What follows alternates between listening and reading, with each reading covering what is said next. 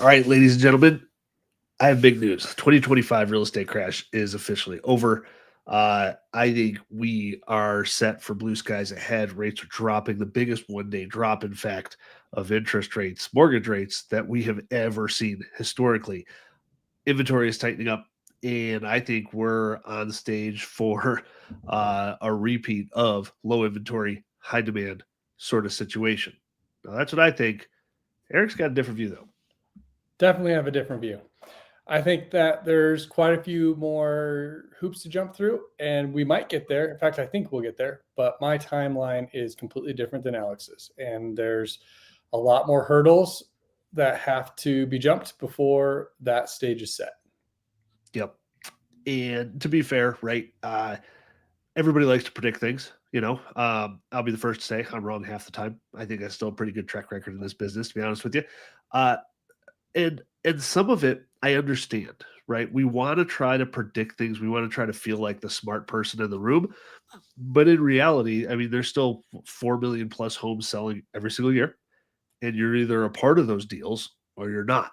I get a lot of hate on social media when I made a post like a year ago about Open Door, like saying, hey, they're going to go out of business if they keep doing what they're doing.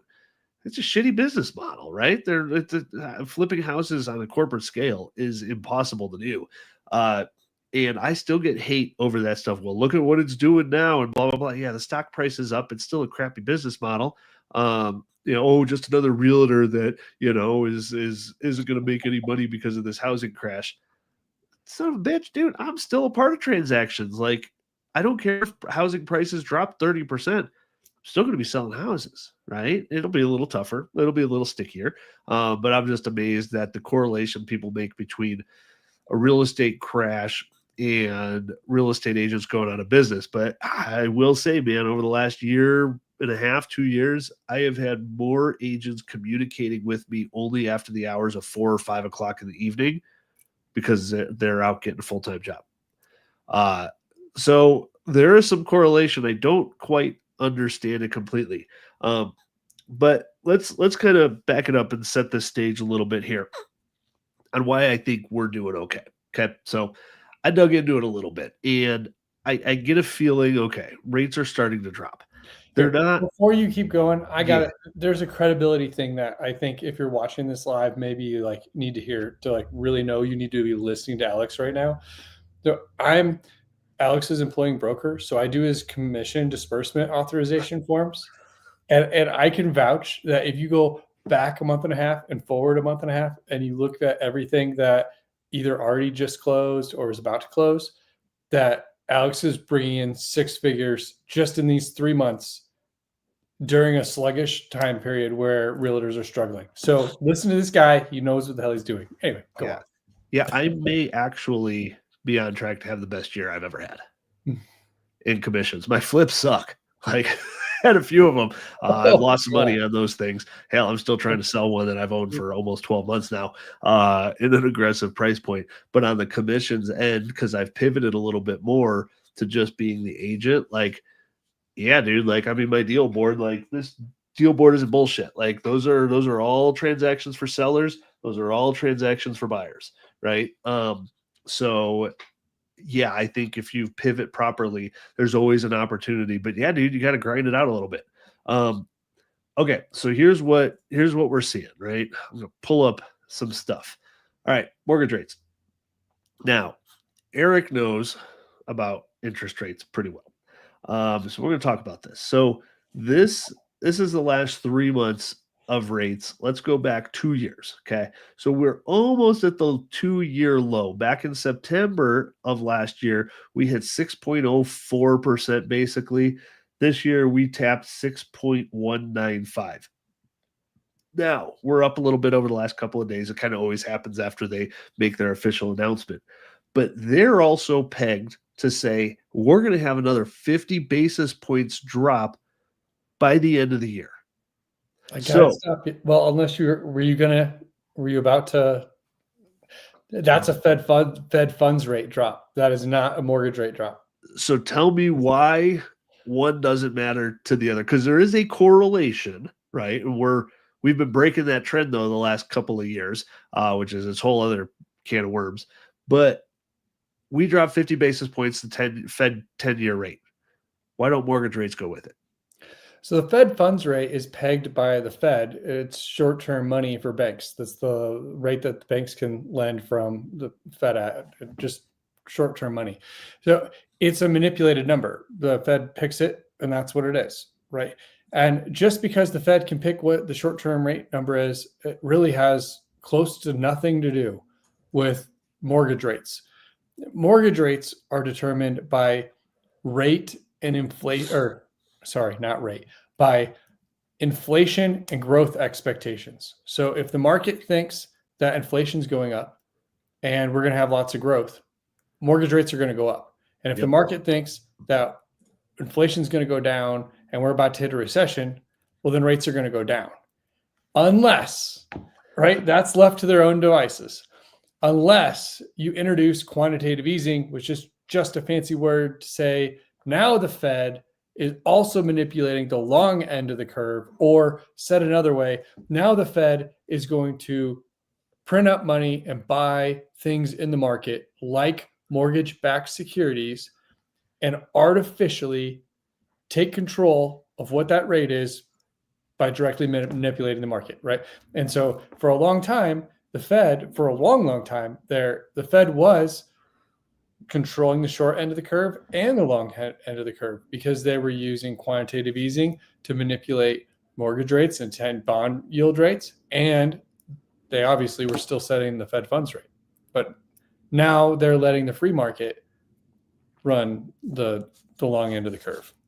Yep.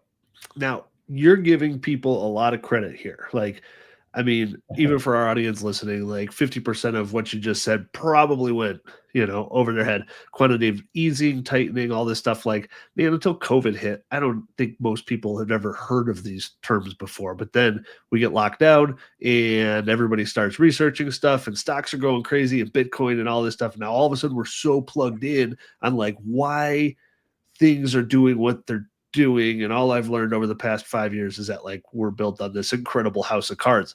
We're just a little bit stronger than everybody else's house of cards though too. And so everything just keeps going up, up, up and away. I didn't think the stock market would be where it is right now and breaking all-time highs every single day. My 401k is doing really well over the last year and a half or so. And so everybody's just so paying attention to this. But I think you give people too much credit in understanding that the 10-year is independent of mortgage rates, right? And so on the news, and this is part of my thesis. Wait, let me pull you back. Yeah.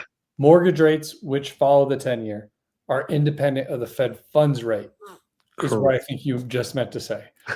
Okay, yeah. And so, like, if you look at the 10-year right now, like, we've just been hovering for the past 2 years in the low fours, right? Why? When the Fed rate has been dropping, because it's independent of the Fed rate, which is independent of the 10-year, which is independent of mortgage rates. And so it's all kind of this weird manipulation game that we can kind of adjust as we get better and better at it. But I think with the news headlines out there of biggest one-day rate drop ever, like I've seen an uptick in activity over the last week or so on my listings. I've had 3 showings on a condo that's $175,000 here in Denver, and we've been on the market for 4 months now. We've only had one other showing in the past 4 months, and now we had 3 last week. But rates actually went up. That's the other thing that's freaking hilarious, right? People are so stupid. Right? The rates dropped. We should go buy a house. Rates didn't. The Fed funds rate dropped and mortgage rates went up. And I think that's going to keep happening every time they drop rates. I think we're going to watch mortgage interest rates go up. I don't think we're about to see mortgage interest rates go down. I do in the long term, which I'll get to because that's a whole nother thing. But in the short, here in the next, like now in the end of the year, my prediction, which is probably not mainstream, but I think mortgage interest rates are going to slowly go up. Yeah, I can see a scenario where we're back in 6.5 pretty quickly, right, in the next few weeks. But again, I think with the idea that, hey, we're going to keep dropping rates here, that it's going to pull people off the sidelines that have been on the sidelines for a long time. So here's another theory to back it up. So I am separating out reality from what people hear in the media. I'm a pretty firm believer that the media kind of controls this collective consciousness. It's like buyers and sellers, right? If you had 100 buyers and 100 sellers every single year, you would want most of the buyers to be buying now, right? You want to be buying in August, September, October. Why? Because there's less competition and there's still a crap load of houses on the market. But that's not what happens. 90% of those buyers are all like, we're going to wait till next year. We're going to wait till March, like every other buyer does. And so there's this collective consciousness of people making the wrong decisions together. Sellers, it's the same way, and so it's just this mob mentality, right? And so I think enough of the media attention is going to go to Fed rate drops, boom.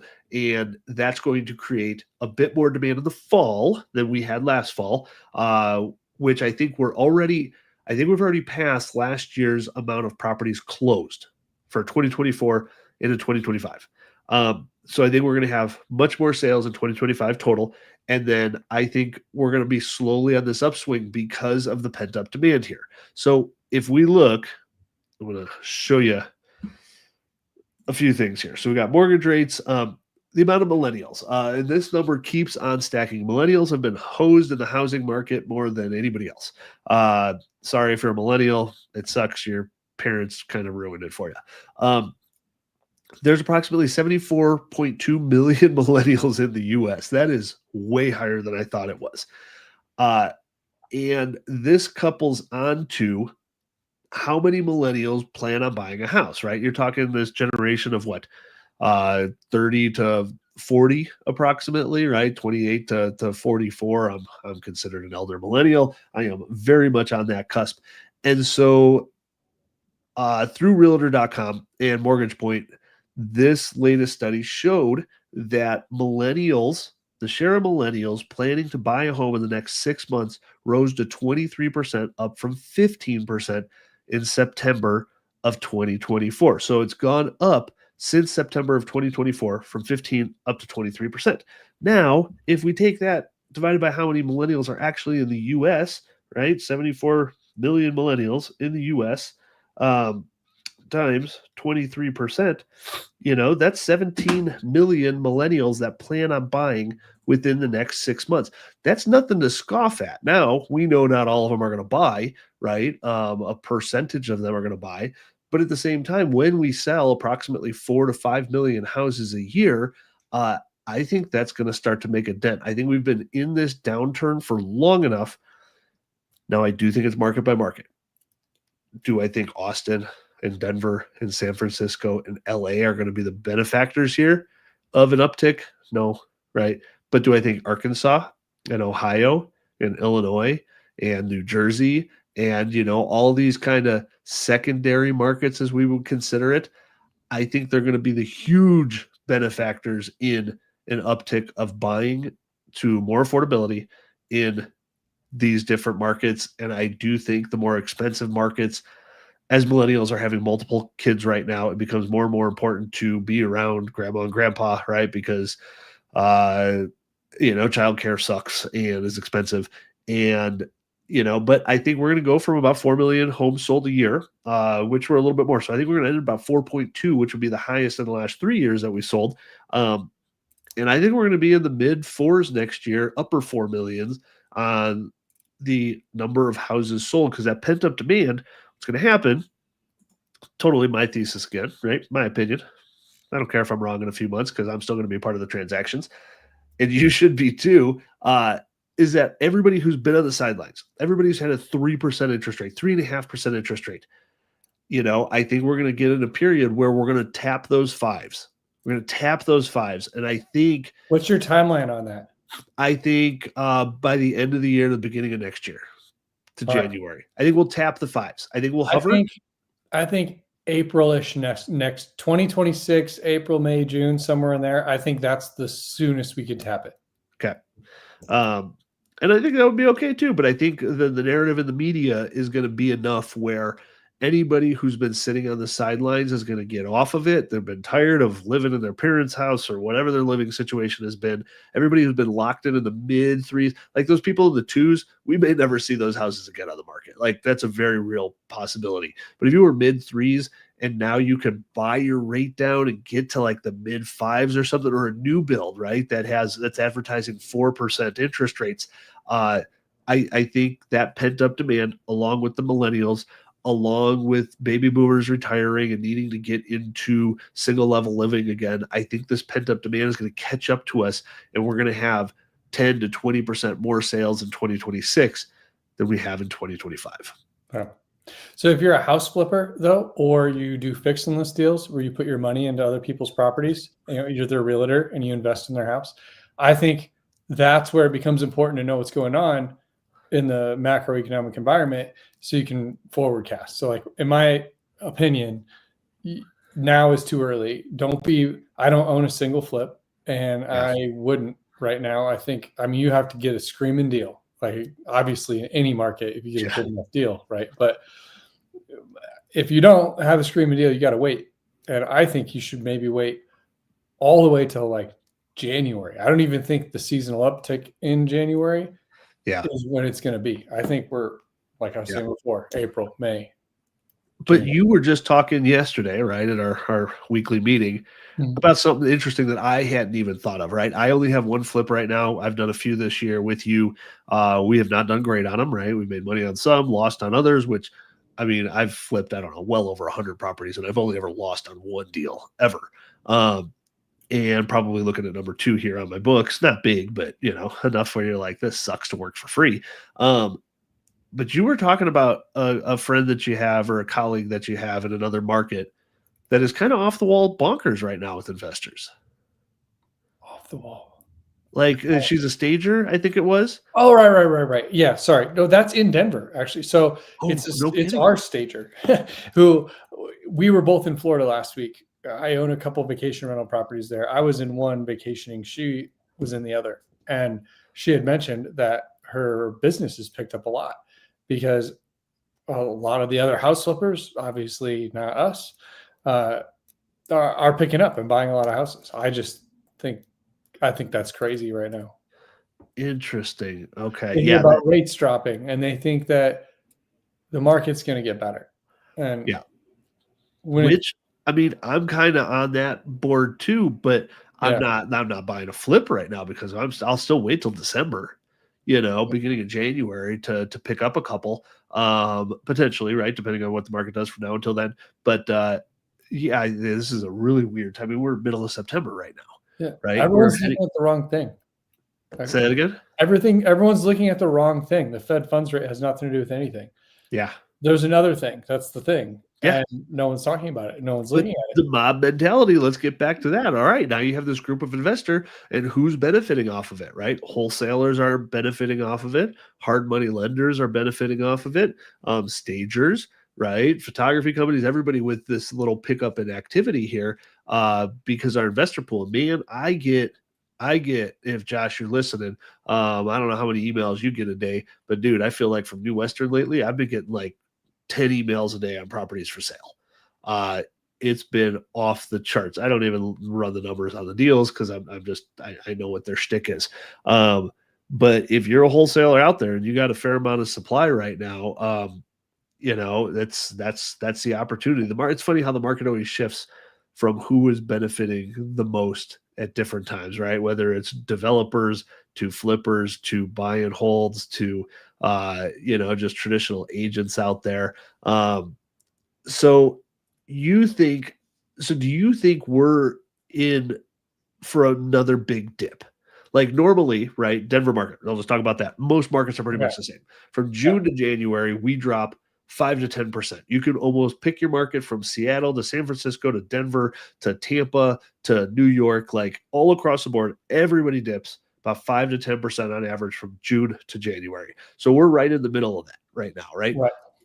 What do you think is on the horizon over the next few months? Do you think we're in for a bigger dip than normal, or just kind of, treading water? I'd say 10, 15%. Okay. About the same. We've already had one hell of a dip, and I think another 10 to 15% from here is pretty bad. That's where we'll be. And like we've discussed in previous videos, where I'm talking about actual a house, what it's worth at the end of the year, a singular house in a neighborhood, what it's worth at the end of the year versus what it's worth now. I'm not talking about the median house value because we already went into that, like price per square foot and all that kind of in a previous video. But I think houses are going to be down 10 to 15%. Yep. Okay. Yeah, I think we're in that 5 to 10% range personally. But I think that's just seasonably, adjusted. And God, if you want to see something kind of crazy. So this goes against my thesis, right? I figured I'd pull up some stuff that kind of supported it, right? How many millennials are set to buy, what interest rates are doing. And I mean, every half of a point that interest rates drop, you could afford 5% more house. So every full point, it pulls out another 10% of people out of that buyer pool. And that's nothing to scoff at. And I think in this year, I think a 1% drop could pull out 15 to 20% more buyers just because of all the pent up demand. Yeah. But what do you make of this? Like, I go back to this and I battle with the affordability index, but this is the gap between the median household income and the affordability right now from Federal Reserve Bank of Atlanta.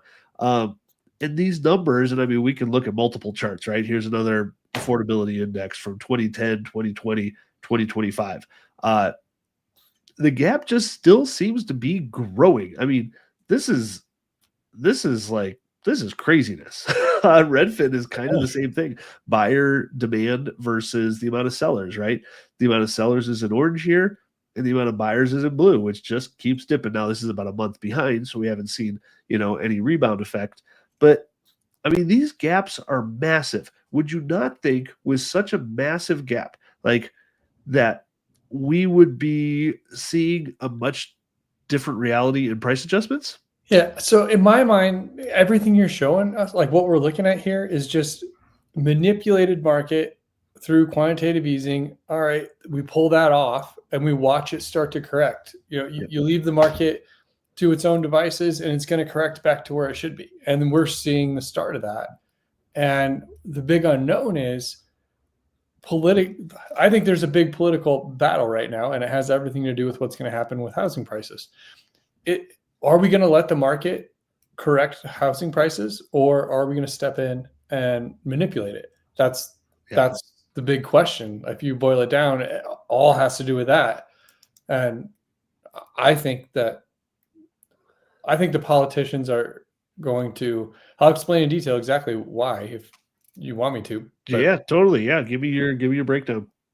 I think there's a big political battle right now, and the midterms are coming up. And if Trump and the Republicans are going to win in the midterms, they need to fix this housing crisis that we have. And I think the only way they're going to do that is they can't fix it through growth and inflation expectations. It's not like it looks like.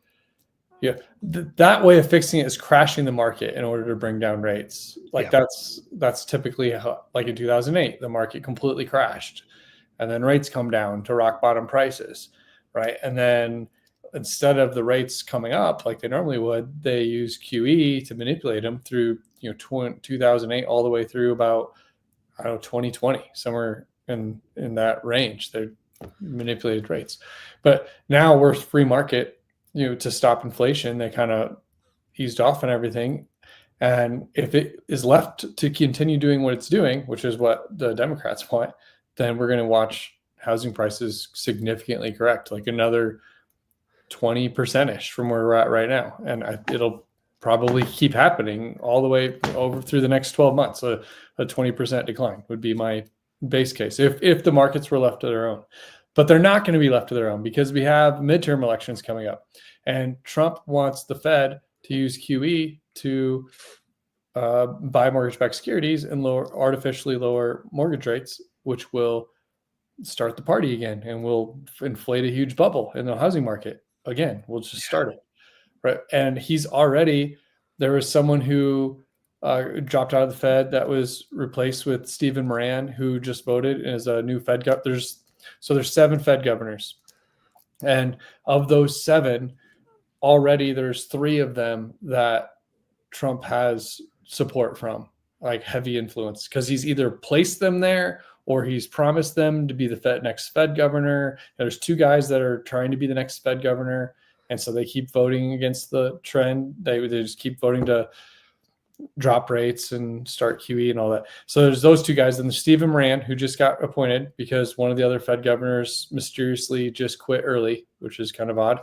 And then there's a fourth Fed governor who Trump just tried to fire about a month ago, Lisa Cook. And if the point being is if he can replace Lisa Cook, he has 4 of the 7. And now he can do whatever he's controlling the Fed, which has never happened ever in the history of our country. But there's a real possibility that the president is going to be able to control the Fed. And we're going to know in about 10 days from now if he pulled it off or not. And if he did, you should be forecasting a real estate boom coming, and you could prepare around it. Like, it's pretty easy to see, like, the president who keeps talking about how he wants the Fed funds rate to be at 1 instead of at 3, literally 3 points lower. Jesus. Who's the real estate guy who promised in his campaign that he was going to lower interest rates on houses. Yeah. Like, what do you think? And his economic advisor, Stephen Moran, did a whole white paper that he published in November about how to restructure the world economy. And it started with tariffs, and then it was a dollar devaluation and controlling the Fed. It's all lined out, like and we're already halfway through the plan. Jeez. And that guy, the guy who wrote the damn paper, is on Fed. He's a Fed governor now. Like, it's just unreal. Like, who could have ever, how is that even a thing? But it is, right? So Trump fires Lisa Cook. He says it's because she got a mortgage that she on a second house or a vacation property, and she said it was her primary residence. And people do that all the time. It's fraud, it's wrong, but it's fairly common that someone would buy a secondary house and claim it's their primary to get a little better rate. She did that. Yep. Allegedly. Hasn't even been proven yet. Allegedly. So right? And who knows if she bought it owner occupied and then 6 months later moved out of it and whatever, that's totally legit then, right? Right. And the point is, who cares? But he's firing her for a reason. And so she lawyered up and said, no, you can't fire me. And there's a whole lawsuit, and that's going to take 1 to 3 years. So the big point of contention right now is, does she keep her job while that lawsuit's going? And it's been through 2 courts, and they both said she keeps it. She keeps it, and now it's going to the Supreme Court. And so there's going to be 9 justices that vote on it. 3 of those 9 justices were appointed by Trump in his first campaign. Another 3 of those 9 were appointed by George Bush. And then the other 3 were appointed by Democrats. But you have 6 out of 9 Republican justices who are going to vote on whether Lisa Cook gets to keep her job or not. And that's supposed to happen by Monday or Tuesday next week. Yeah. Okay. Well, it'll be interesting There you go. to say the least. So just on this, and I'll touch on this, and then I got a good question for you here for any agents that are currently watching. Because we don't just try to predict stuff because, like I said, we could be wrong on everything. But at the end of the day, there's still deals happening and you should be a part of them. So when we look at just median sales price, right, we're up 2% year over year nationwide.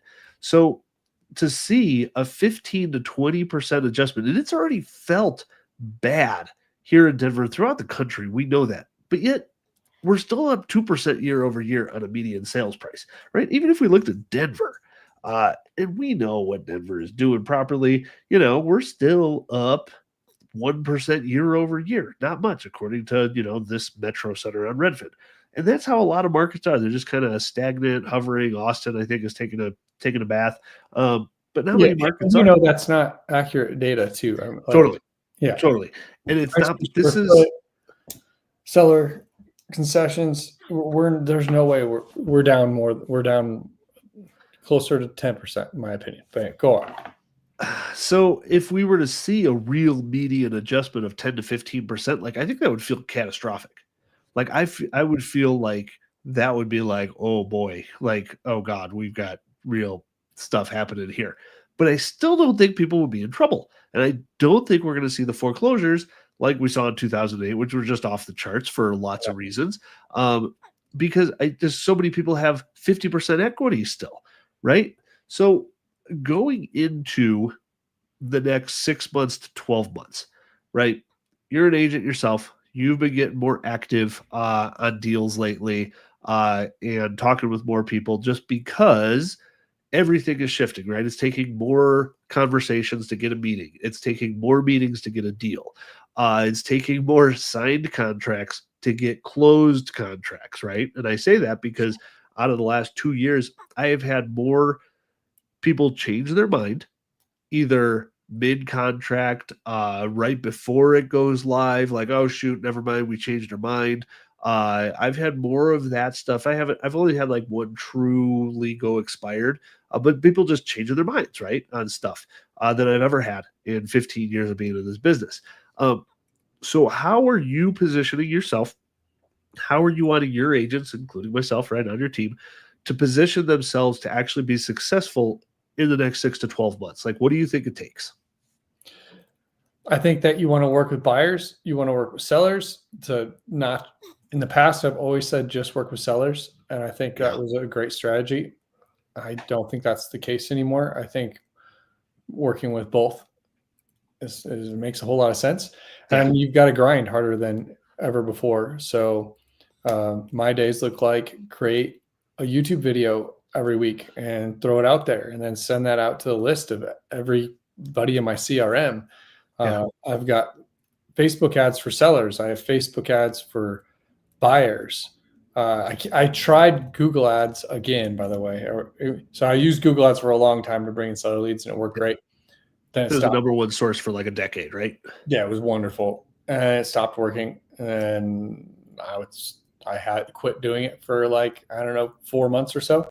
So I thought, hey, let's just see if Google's fixed their things. So I turned the Google ads back on. No, it was a waste of money. I wish I could have that $900 back. But I spent $900 to verify. No, he's still crap leads there. Yep. But I'm going to now start using lists. And so here's the shift.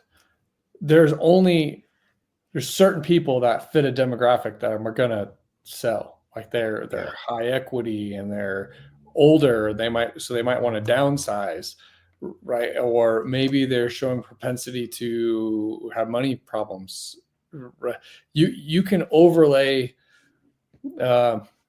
lists of people to find people that are likely to sell, and then cold outreach to those people. Where that would have been kind of crazy, in my opinion, to do a couple of years ago. Like, why are you wasting your time with cold outreach? Is where I was at. But now I think cold outreach to the right list is time well spent. Because if you figure 1 out of 20 people even have any chance of buying or selling at all, and what's better? Spend your time talking to that 1 out of 20 and only 1 out of 20 cold that you've never met, or getting all these leads that reach out to you that are tire kickers and don't care, and only 1 out of 20 of those even might actually do something. Yep. And I think it's got to be a combination, right? I think you have to be firing on all cylinders, knowing that 7 out of 80 of your cylinders are not firing properly, right? Because it's going to rotate, right? Today it's Facebook is getting the conversations to happen, right? Google piston is shot. You're turning back to more of the cold outreach, right? More of the guerrilla marketing tactics. And when I say cold outreach, I'm not saying Eric's over here cold calling for 4 hours a day. But we'll have an update for you guys soon because I'm trying something new. It's a different take on cold outreach. Totally. It's not cold calling all day, but I don't want to get into that here. Yeah, it is pretty interesting. But we're constantly testing things, right? YouTube is working for me like gangbusters, right? YouTube ads is not working for me. Just organic reaches. I've never been good with organic reach on Instagram or Facebook or anything like that. Like, I'm not that person. I'm not hot enough. And TikTok has been okay. I've got one deal over the last year out of TikTok, I think. But that was a total fluke. I'm just not. YouTube is my organic path. Postcards, I think, are dead. Like, I know there's a lot of firms that use postcards, and I get it. and everything works if you lay into it and you get really friggin' good. But dude, I've spent $6,000 so far this year on postcards, and I've gotten 2 phone calls. One of them told me to F off, you know? And the other one was not a lead, by the way. He was a realtor himself wanting to sell his house. I'm like, great. What can I possibly do for you? Just put it on the damn market, dude. You're talking to me. Like, the fuck? Like, put it on the market. And so you got to be testing everything constantly, and it's going to rotate on you, just like the market tells us to flip a property or to wholesale a property or to pop the top or to redevelop or to buy and hold. Like, the market conditions tell us what to do with properties that are of opportunity in different years. It's the same way with lead generation. But I think the name of the game is talking to people. I think if you have your goal of talking to 5 to 10 people a day, and I'm not one to tell you, dude, like, you have to make 100 contacts a day. Like, I think that's a load of horse shit. Like, I think 5 to 10 solid contacts a day with people that don't know who you are, that are learning who you are, or that know who you are, that you're just slowly building a relationship with. I think that turns into deals. 100% do. And if it's not them, it's someone that they know. Because you got to remember, if you're in the game right now, you are one of the 10% of agents doing something. Okay. We have 4 million licensed agents in the US. We have 4 million transactions a year. So 2 sides each, that's 8 million transactions a year. That's an average of 2 deals per agent. Okay. Which the 80-20 rule applies in real estate, but I think it's like 95-5 right now. I think 5% of the top agents are doing 100% of the deals. Like, I just do. And so if you have conversations when it's time, you can't force someone to buy or sell a house. Not going to happen.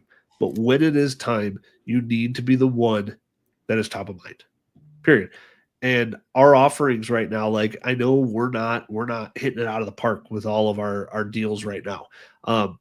But when it's time, we are going to be busier. We're going to have 15 to 20 deals going at any given time.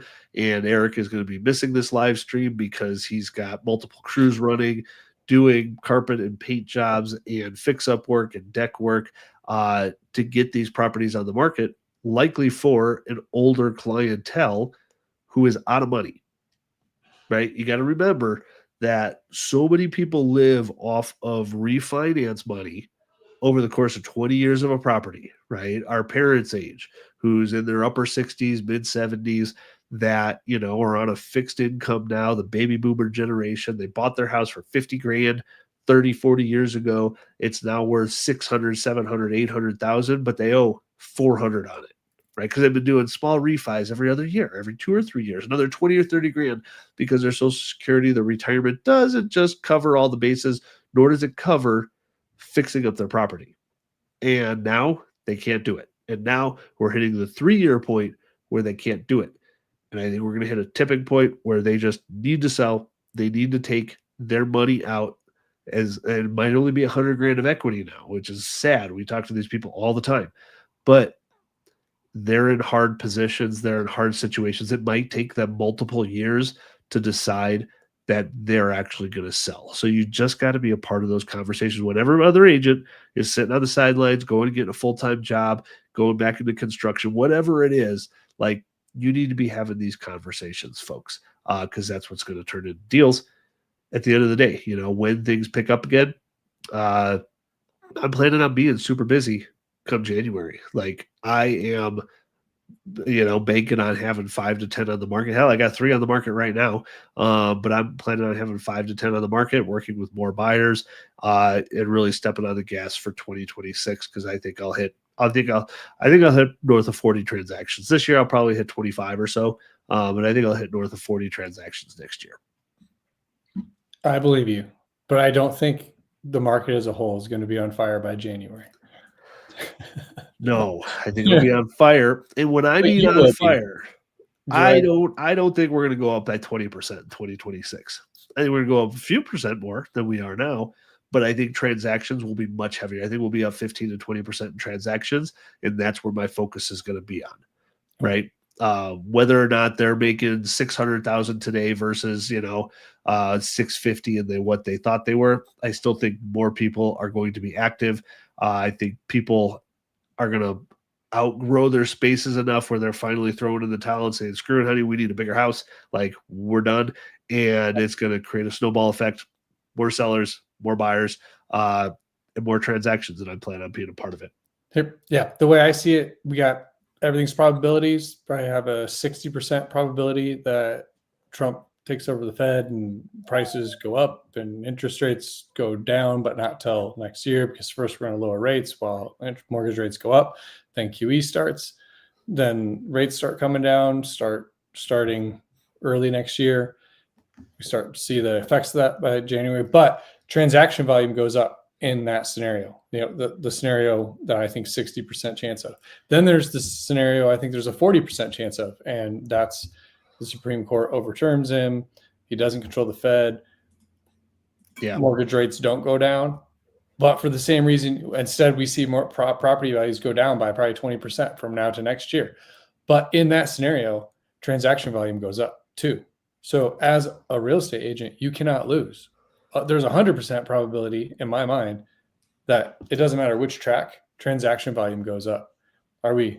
Are transactions going up because people are bailing because it's hard times and they've been waiting and they can't hold on anymore? Yep. Or is transaction volume going up because rates dropped and you finally can figure out how to move when you were trapped? Yeah.